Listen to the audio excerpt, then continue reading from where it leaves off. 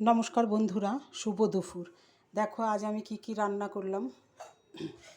ভাত, গন্ধরাজ লেবু, কাঁচা লঙ্কা,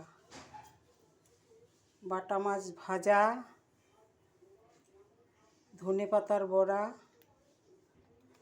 হেলেঞ্চা শাকের বড়া,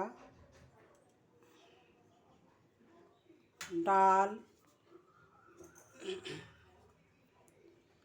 পনির, আলু, পটল দিয়ে একটা তরকারি, আর একটা নিরামিষ তরকারি আলু বেগুন বড়ি দিয়ে।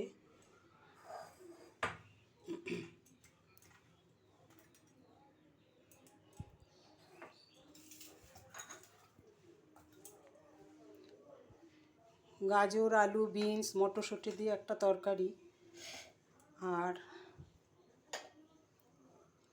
পাবদার ঝাল,